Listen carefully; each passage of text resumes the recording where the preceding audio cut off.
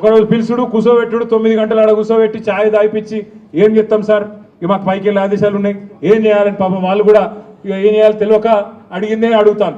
అందుకే నేను మీకు కూడా రిక్వెస్ట్ చేసేది ఒకటే, మనం అందరం కూడా కాన్సన్ట్రేషన్ చేయాల్సింది, మనందరం కూడా పార్టీగా ఆలోచన చేయాల్సింది, దృష్టి సారించాల్సింది 2-3 పనుల మీద.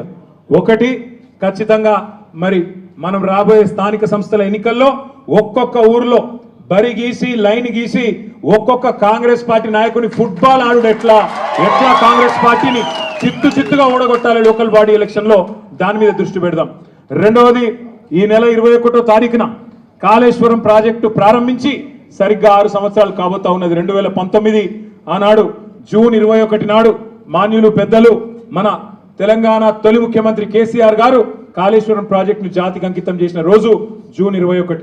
మరి ఆ రోజు కూడా సార్ను అడిగి మనం పార్టీగా ఒక నిర్ణయం తీసుకొని ఏం చేసి మళ్ళీ ఒక్కసారి కాళేశ్వరం గొప్పదనం ప్రజలకు చెప్దాం, ఆలోచన చేయాల్సిన బాధ్యత మన మీద ఉంది. రాష్ట్ర వ్యాప్తంగా కొంత కార్యక్రమం చేయాల్సిన బాధ్యత కూడా మన మీద ఉంది.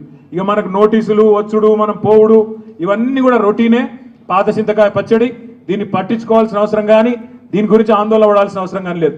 పెడితే గిడితే 15 రోజులు జైల్లో పెడతాడు, పైశాచిక ఆనందం పొందుతాడు తప్ప వాడు పీకేది ఏమీ లేదు. లొట్టపీసు భయపడేటోడు ఎవడు లేడు. రేవంత్ రెడ్డి గుర్తుపెట్టుకో, నీలాగా లుచ్చా పనులు చేసి 50 లక్షల బ్యాగులతో దొరికిన దొంగలు ఎవరు మా పార్టీలో లేరు. నీలాగా లుచ్చా పనులు చేసి అడ్డదారిలో పదవులు కొనుక్కొని ముఖ్యమంత్రి అవుడు పిసిసి ప్రెసిడెంట్ అయ్యే లుచ్చా పనులు చేసినాడు ఎవడు కూడా లేడు. మన బాగా బాధపడ్డాడట రేవంత్ రెడ్డి. నేను హౌలా అన్నా, బాధపడ్డాడట. నేను అడుగుతున్నా ఒకటి, తెలంగాణ ముఖ్యమంత్రి అయ్యుండి జై తెలంగాణ అనకపోతే నేనేమనాలి? మరి ఏం పేరుతో పిలవాలి? తెలంగాణ ముఖ్యమంత్రి అయ్యుండి తెలంగాణ రాష్ట్రాన్ని ప్రతిరోజు కించపరిస్తే నేనేమని పిలవాలి? తెలంగాణ ముఖ్యమంత్రి అయ్యుండి తెలంగాణ రాష్ట్రాన్ని దివాలా తీసిన రాష్ట్రం అంటే ఏమనాలి? తెలంగాణ ముఖ్యమంత్రి అయ్యుండి ఢిల్లీకి పోతే నాకు అపాయింట్మెంట్ ఇస్తలేరు, దొంగను చూసినట్టు చూస్తున్నట్టు నేనేమనాలి? తెలంగాణ ముఖ్యమంత్రి అయ్యుండి చెప్పులు ఎత్తుకపోతాడేమో అని భయపడుతున్నారు అంటే ఏమనాలి నిన్ను? అందుకే ఇక నేను ఎక్కువ అనగాని మీరు అనగాడికి అన్నారు, కానీ అది కాదు, నాకు అర్థం కాదు.